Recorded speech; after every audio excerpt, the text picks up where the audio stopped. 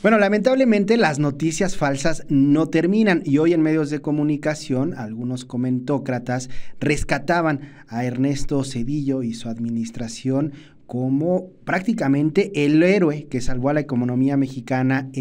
a los finales de los 90. Por eso traemos el cuchillito de hoy para que no los agarren dormidos, para que no los engañen y para que no los haga bobillos Zedillo. Cuchillito de palo.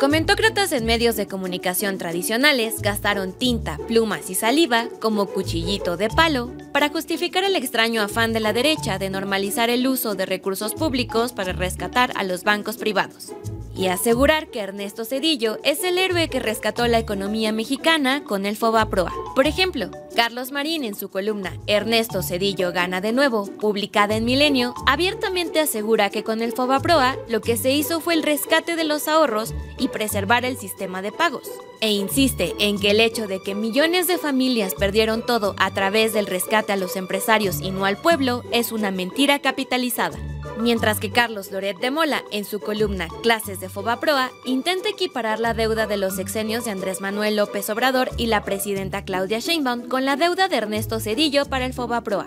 Para empezar, las deudas no son comparables, porque una es una deuda presupuestal aprobada a través de un procedimiento legislativo, utilizada para el ejercicio fiscal de una administración, mientras que el Fobaproa era una deuda privada que absorbió el Estado mexicano para beneficiar a unos cuantos banqueros, empresarios y políticos con el dinero de todos. Un ejemplo claro de plutocracia. El Fobaproa se activó en 1995 sin proceso legislativo, sin pasar por el Congreso y absorbió la cartera vencida de los bancos. El informe de la Auditoría Superior de la Federación, Fiscalización del Rescate Bancario de 1995 al 2004,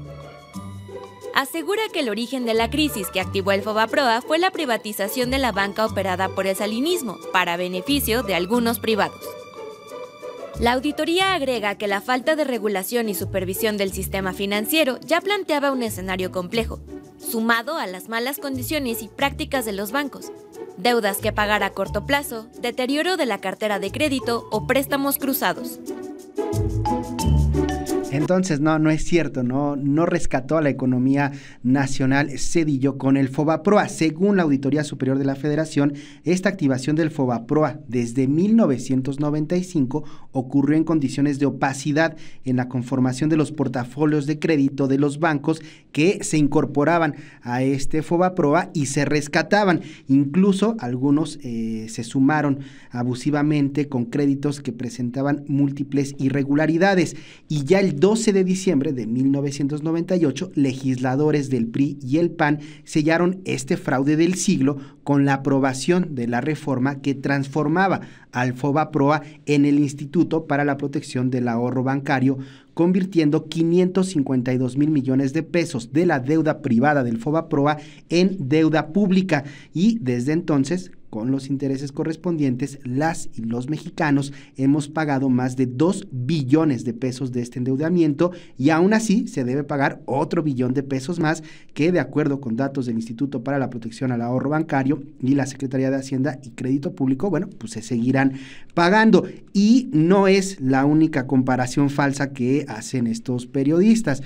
Carlos Marín o también Carlos Loret de Mola. Por otro lado, también afirmar que el Fobaproa rescató la economía mexicana es engañoso, porque ya durante 1995 el gobierno de México había recibido 50 mil millones de pesos como rescate del gobierno de Estados Unidos, del Fondo Monetario Internacional y del Banco de Pagos Internacionales como rescate financiero, estos 50 mil millones de pesos, y el objetivo era evitar la suspensión de pagos de la deuda externa, estabilizar el tipo de cambio y frenar la devaluación del peso, recuperar la confianza de los mercados internacionales y proteger el sistema bancario mexicano y evitar la fuga de capitales aún mayor. Estos 50,000 millones de pesos, de dólares, los terminó de pagar el gobierno de México en 1997, un año antes de que se hiciera legal esta transformación del FOBAPROA al IPAB. Entonces, si ya se había logrado evitar con este rescate de 50,000 millones de dólares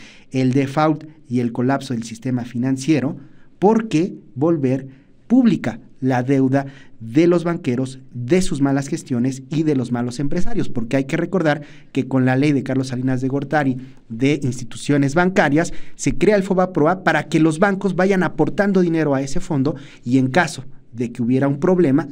sustraer ese dinero de ese fondo de los mismos bancos para pagar una crisis, lo cual nunca sucedió. Los banqueros nunca aportaron dinero al FOBAPROA y terminó pagándolo ese dinero los mexicanos, quienes no fueron rescatados. Mucha gente con el aumento de las tasas de interés durante esos años perdieron casas, autos, negocios y nadie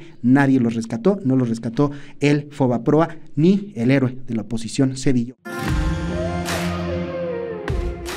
SPR Informa. Tus causas son noticia.